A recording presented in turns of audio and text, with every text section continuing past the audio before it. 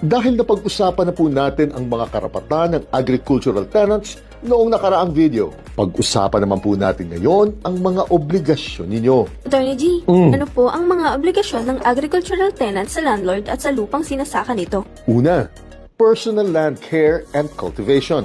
Obligasyon po ng bawat agricultural tenant na pangalagaan ng lupa, ang mga pananim, ang mga hayop at ang mga kagamitan na nasa pangangalaga po nito, bigay man o hindi ng kanyang landlord ang mga bagay na ito. At ang antas po ng pangangalaga na hinihingi ng batas sa inyo ay like a good father of a family po, o ang antas ng pangangalaga na maihahambing mo sa pag-aalaga ng isang mabuting ama sa sariling pamilya nito. At maliwanag din po ang ating batas na ang tenant po dapat ang personal na magtatanim sa kanyang lupang sinasaka, at kahit pwede po siyang humingi ng tulong sa kanyang mga kapamilya, hindi po niya maaaring ipasubkon ito sa iba.